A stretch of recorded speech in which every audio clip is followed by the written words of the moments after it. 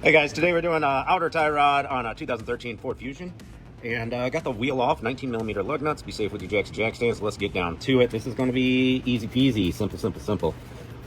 We got a cotter key in our outer tie rod. You can just rip that baby right out of there if they're nice and rusty, like up here in Michigan. Let's see if this one will actually spin.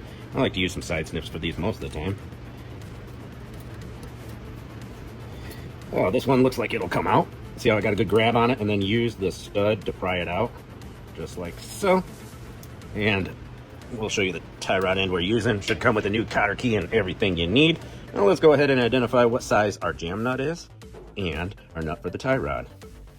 I'm doing this one on the ground just like you folks would be doing at home. I like to simulate that as much as possible. Unless it pisses me off, then I won't. But first thing we're gonna do is turn this jam nut righty-tighty, which is gonna loosen it. I got a little bar on there. I just barely cracked it free. Just that much. And this one is a treat. Don't need any torches or anything, it doesn't seem. Got lots of snow today going on out there, fun times. Pop a 17mm on our impact and zip this boy off. Oh, that's not a 17. You grab me a 15. Where's my 17? Oh, I got my 17 right here. Right there, there's the 17. Right here, I don't know how I got there. It was probably just garage gremlins placing them there for me. Now we can zip.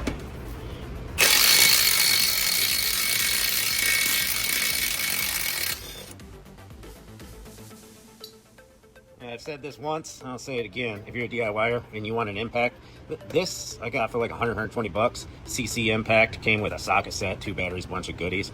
This thing is your best bang for your buck that I've ever reviewed right here. It's in my Amazon store, or you can go to dougcarlsgarage.com, go check that out.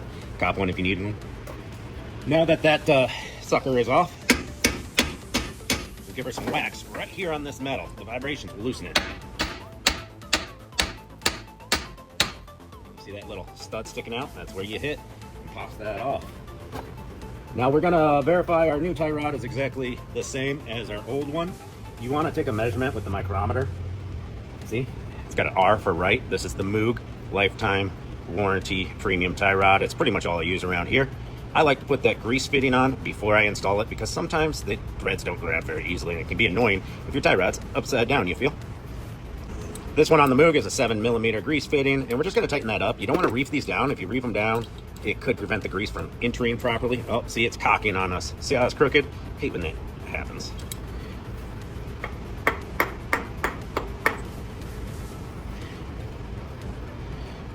So I don't know what's going on in the industry these days. It doesn't matter what brand I get or whatever.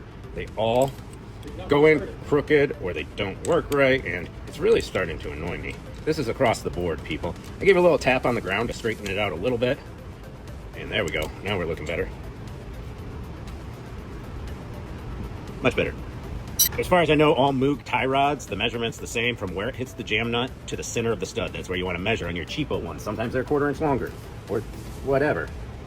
Because the length matters on how far this sticks in or out. That's how you adjust your alignment, your toe angle. But these Moogs are always the same size. I mean, length, center stud to there. Bottom line.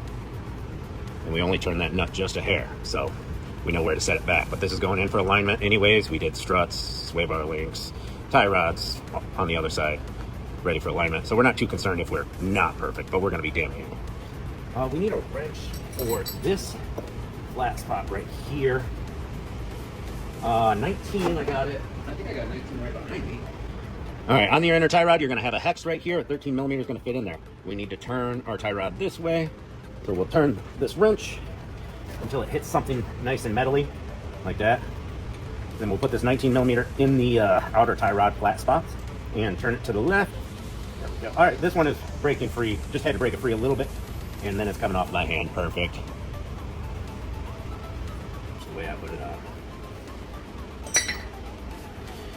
We'll put just a dab of grease on those threads, kind of push it up against the jam nut. That way, you know, if anything, if it has to be taken off again, adjusted, you know, inner tie rod needs to be done, anything like that, the next guy will thank you. Just a hair. We're in the Rust Belt. We get a lot of salt. Stuff seizes up.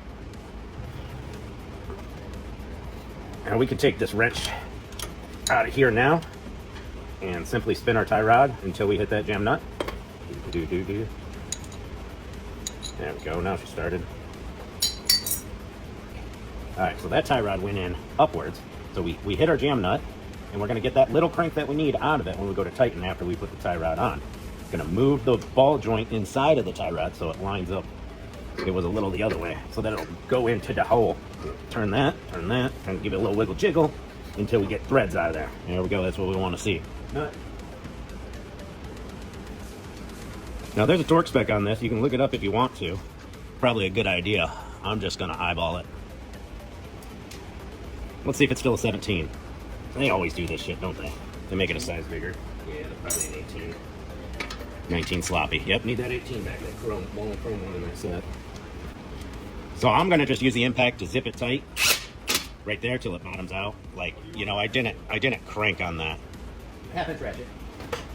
So you don't want to be over torqued on this castle nut, and you'll know because the hole in the stud will be above the castle nut. You definitely don't want to be under torqued. After you've been wrenching for a couple decades, you get a feel for it. And we save the torque wrenches for internal engine and important stuff.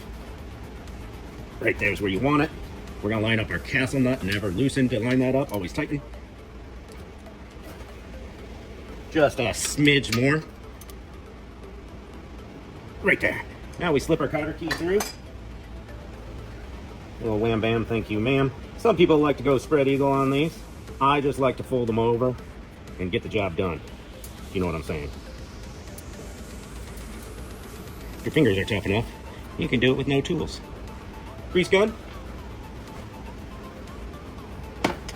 Don't forget to pump her full of grease.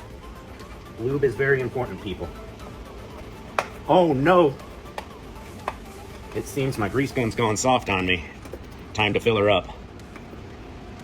Now when you fill up these boots with grease, you want them to mushroom out and be kind of tight. Don't fill them up with so much grease that it goes and you break the seal going out. You get that. You don't need to be showing that on video. But then the last thing to do is tighten our jam nut down. So we're going to turn it left to tighten. See how I just got barely a little bit out of that? And you want to make sure this little booger is tight. So being in an awkward position with the car on the lift, I like to put that bar on there. And there we go, nice and tight. Then we'll bring our tie rod back to straight. It's just something that I do. You see? There we go. Because the tie rod has a little play this way and this way. Torque your lug nuts to spec. Go get an alignment. Thanks for watching. Catch you later.